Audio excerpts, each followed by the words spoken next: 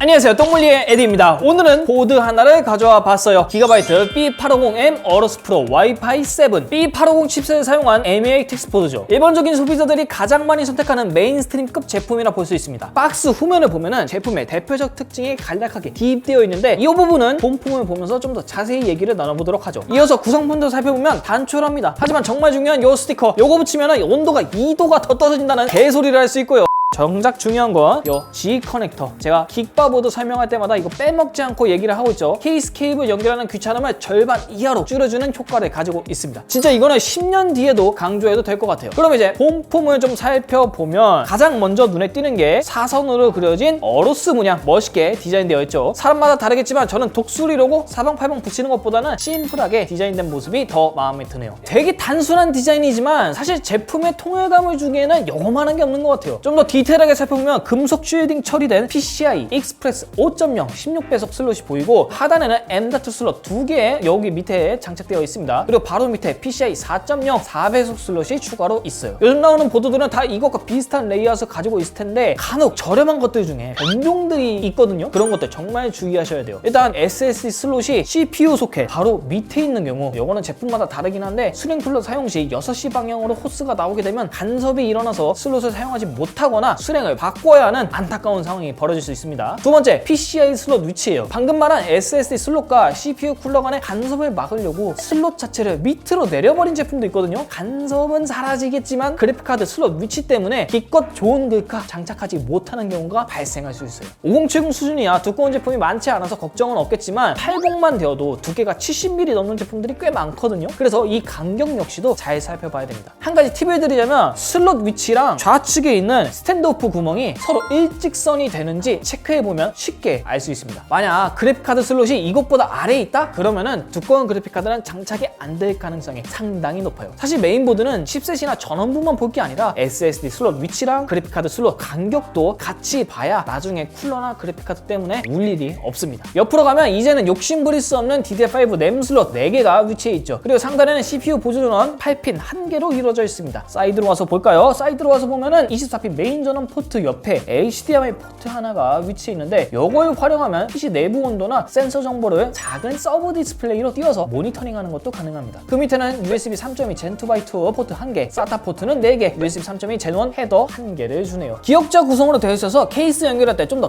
간편하겠습니다. 그리고 하단에는 USB 2.0 핀 헤더 2개와 쿨링팬을 연결할 수 있는 PWM 포트들이 위치해 있는데 언뜻 보기에 꽤 개수가 많아요. 케이스형 팬 포트만 해도 4개가 달려있고 CPU 쪽도 보면은 CPU 팬이랑 CPU 옵셔널 포트가 둘 다 있어요. 가끔 이 둘의 차이를 잘 모르시는 분들이 있는데 이름 그대로 옵셔널은 옵션 보조 포트라고 보시면 됩니다. 보통 수냉 쿨러 펌프나 듀얼 타워 공랭의 쿨러, 쿨링팬, 보조팬을 연결할 때 사용을 해요. 반대로 CPU 팬은 메인 포트입니다. 여기에 연결하지 않으면 부팅 시 경고가 뜨거나 아예 바이오스로 진입되는 경우가 있으니까 가능하면 CPU 팬 포트에 메인 팬을 연결해주세요. 근데 볼수록 이 보드가 좀 신기한 게 RGB 헤더도 많아요. 몇 개야 보니까 아래에 2개, 위에 1개나 있어요. 예전에 B보드 써보신 분들은 제가 지금 무슨 말 하는지 아실 거예요. PWM 부족해서 Y자 케이블 싸구려 허브 사고 RGB도 보통 1개만 들어있어가지고 케이스 케이블 꽂으면 끝나는데 와 진짜 요즘은 많이 넣어주는구나. 그러면 IO 포트 편의성도 기대를 안 할 수가 없겠죠. 포트 구성을 보면은 저 같은 보부상들도 문제없도록 꽤 많이 포함되어 있습니다. USB-C 포트 1개를 넣어준 점도 마음에 드네요. 사실 포지션 자체가 메인스트림 등급이기 때문에 NAS 데이터 구축이나 썬더볼트를 통한 고속 데이터 전송 이런 사용자들에게 이 보드는 적합하지 않죠. 만약 그런 기능을 원한다면 어쩔 수 없이 B850보다는 윗등급으로 올라가는 게 맞습니다. 그리고 와이파이 7을 지원하는 보드인 만큼 안테나를 꽂을 수 있는 이지 플러그 기능을 지원합니다. 이런 편의성만큼은 긱바가 정말 잘하죠. 그래서 메인보드의 본질이라고 볼 수 있는 전원부 구성도 잘 했는지 분해를 통해서 확인해 보도록 하겠습니다.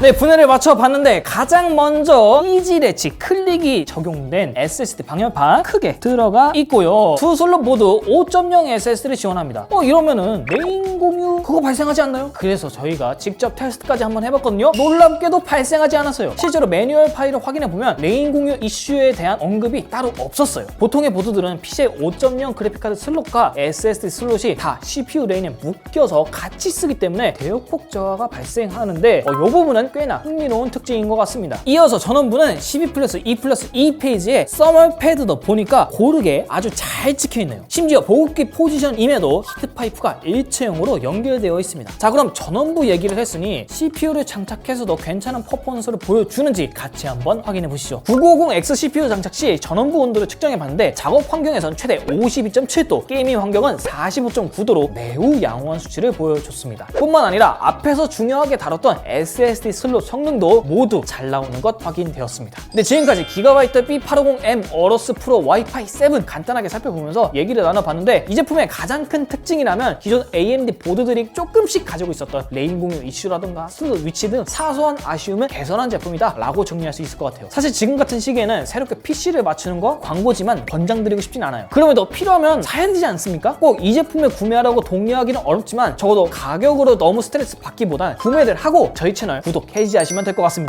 과거 무한도전이라는 프로에서 개그맨 박명수님이 늦었다고 생각할 때가 진짜 너무 늦었다 다들 기억하고 계실 텐데요. 이 뒤에 숨겨진 말 하나, 그러니 당장 시작해라. 이상 저는 똥물리 에디였고요. 다음 시간에 더 재밌는 제품으로 다시 돌아오도록 하겠습니다. 빠이!